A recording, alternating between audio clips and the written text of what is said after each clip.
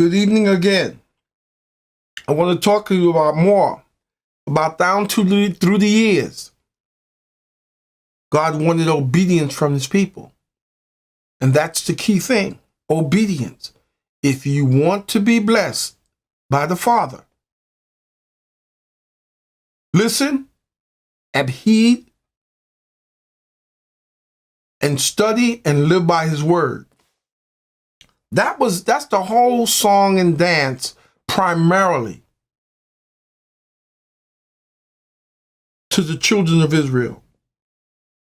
You know, I'm going to say something to you that, throughout all of history, it was rough. It was easier for God to get the children of Israel out of Egypt than to get Egypt out of the children of Israel. Yes. Because they kept going back to the old ways. Now, that's today. That's today. We have to learn to focus on the word. We have a little thing back when I was coming up, backsliding. Well, some of us didn't front slide. But you have to learn and constantly. Now, I'm going to show you something here, what God was telling us to do. The children of Israel back then, and this applies today to us. You shall teach them diligently to your children, talking about the word. He was talking about the laws and precepts and the statutes. We have to learn this. Now, just this week, during I think it was the Grammys, her name was Mandisa, and she won 2 awards at the Grammys, gospel singer. But I loved what she was. I love what she said.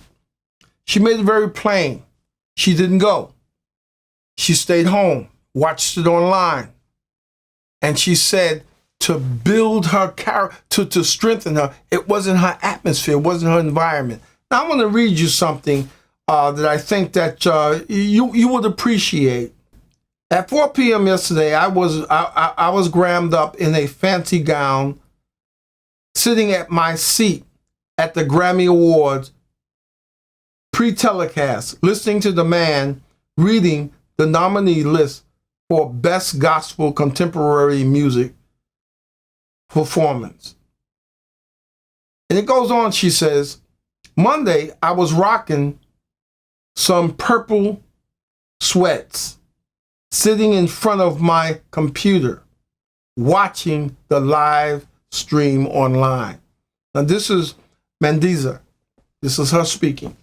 Mandisa went on to express her surprise at finding out she won 2 awards.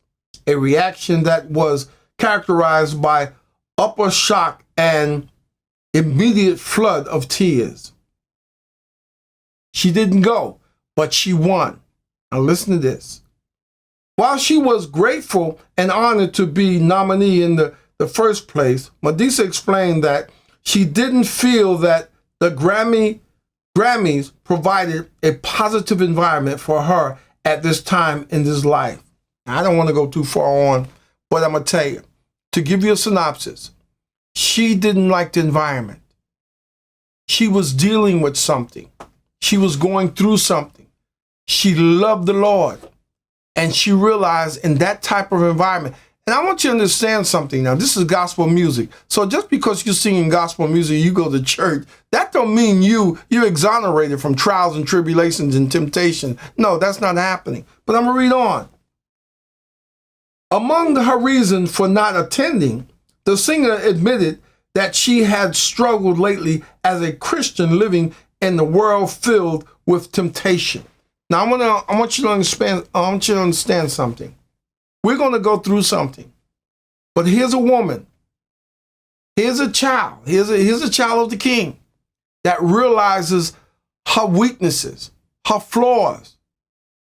But she was determined to keep her character and her principle, God's principle. You see, God's laws, if you're a child of the King, God's laws are your laws. You want to obey them. Remember one thing. You don't change his laws. He doesn't even change his laws. So we have to live according to his commandments, his laws, his principles, his statutes.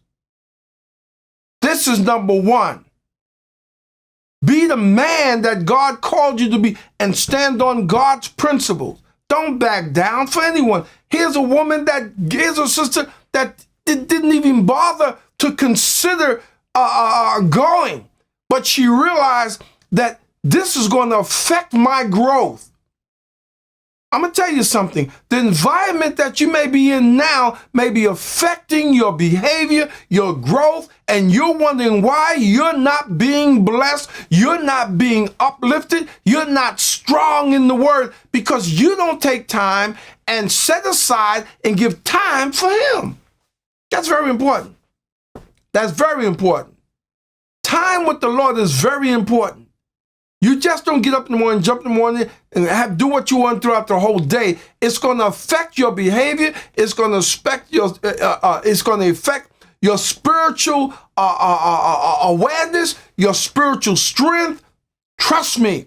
Stay in the word. The word is very important. You have to live by that. This is it. You see, Jesus said, heaven and earth will pass away. He didn't say it might pass away. He said, heaven and earth will pass away. By the way, there'll be a new heaven and a new earth. He said, heaven and earth will pass away, but my word will not pass away. So what is he saying? The word, his word is the final say. We are spiritual, living in an earthly body, better known as dirt. Don't put your eggs and your attention here or on stuff, because stuff is gone. That car, whatever you may have, the suit of clothes, don't put your faith in people, because people are fickle. They love you today and talk about you tomorrow. Matter of fact, some don't even wait to talk about you negatively on tomorrow. Right after you leave them, they're talking about you. So our lives is predicated and based upon the word of God. And it's one thing to do, and you have to do if you want to prosper, is to be obedient. The king speaks. You talk about Methodists, you talk about other religions. We're not talking about religion here. We're talking about the king, his kingdom, his laws, his principles. And that supersedes all that other stuff. All that other stuff. Man, we are who we are in God. God is not his name. That's who he is. And he sent his son. You see, it's important that you realize that once you embrace, once again, I can help us say it, the concept of the kingdom. Once you embrace that he's a king, God sent his son, and he's King of Kings, Lord of Lords. It has nothing to do with your religious beliefs. David was not religious. He was political, but he was obedient to a higher source, which was the Lord. Trust me. Once you get out of that religious mode, you'll realize who Jesus really is. Until next week, you have a nice day.